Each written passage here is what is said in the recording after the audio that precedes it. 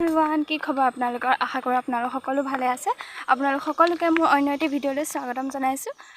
আজি মই মইনাপুৰীয়া নামঘৰলৈ যাম। মই ভণ্টি আৰু ওচৰৰ বা এজনীয়ে বৌজনীয়ে যাব, তেওঁলোকৰ লগত যাম। ভণ্টি ওলাই আছে, ভণ্টি ওলাই হোৱাই নাই।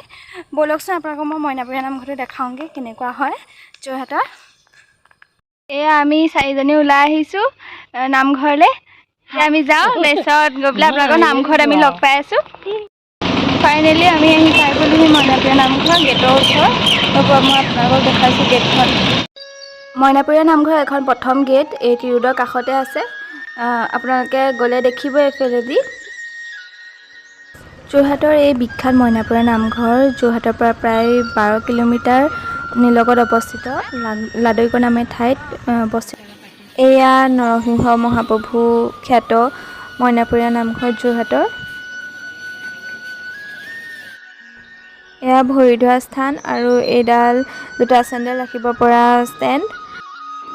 এয়া আমি শৰাই দিয়া স্থানলৈ সোমাই আহিছোঁ বাহঁতে, কাৰণ শৰাই দিব, সেইটো কাৰণে আমি তালৈ প্ৰথমতে শৰাইখন আগবঢ়াই লৈছোঁ। তাৰপিছত আমি চাকি গছ জ্বলামগৈ ইফালেদি গৈ, সন্মুখভাগেদি গৈ আপোনালোকক দেখাই যাম বাৰু ব'লক।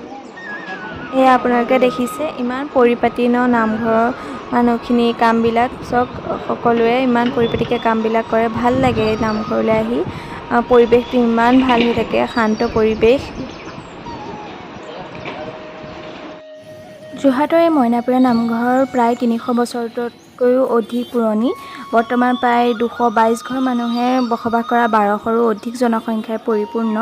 খ্ৰীষ্টপূৰ্ব 17 শতিকাত অৱস্থিত এই নামঘৰৰ বিশেষত্ব হ'ল মহাপ্ৰভু নৃসিংহ মূৰ্তি স্থাপন আৰু নৃসিংহ যাত্ৰা ভাওনাৰে সকলোকে প্ৰভুৰ মহিমা প্ৰসাৰ আৰু প্ৰচাৰ কৰাৰ প্ৰয়াস কৰা।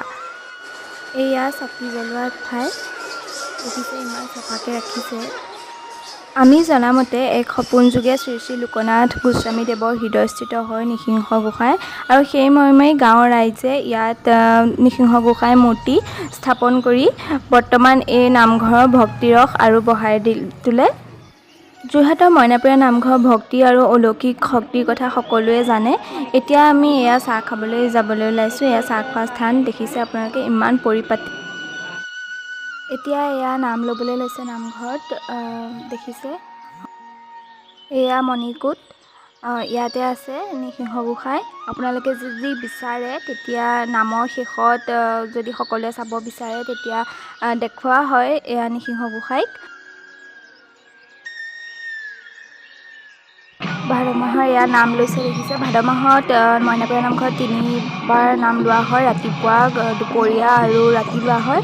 ৰাতিপুৱা 8টা বজাত, দুপৰীয়া 11:30 বজাত আৰু ৰাতিও 8টা বজাত লোৱা হয় নাম। ভাদ মাহৰ সংক্ৰান্তিৰ দিনাখন এই নামঘৰত ৰাতিলৈ নৃসিংহ যাত্ৰা ভাওনা পৰিৱেশন কৰা হয়, আৰু ভাওনাখন গাঁৱৰ যুৱকবৃন্দৰ দ্বাৰাহে পৰিৱেশন কৰা হয়। এতিয়া নাম ভাগিলে, নাম ভগাৰ পিছত এয়া প্ৰসাদ বিতৰণ হৈ গ'ল। প্ৰসাদ বিতৰণ হোৱাৰ পিছত আমি এতিয়া যাবলৈ ওলাইছোঁ ঘৰলৈ। আমি এতিয়া নামঘৰৰ পৰা ওলাই আহিলোঁ। নামঘৰৰ পৰা ওলাই বাহিৰৰ দোকান পোহাৰবিলাক চাওঁগৈ কি কি আছে। এইবিলাক গাড়ী পাৰ্কিং কৰা এৰিয়া।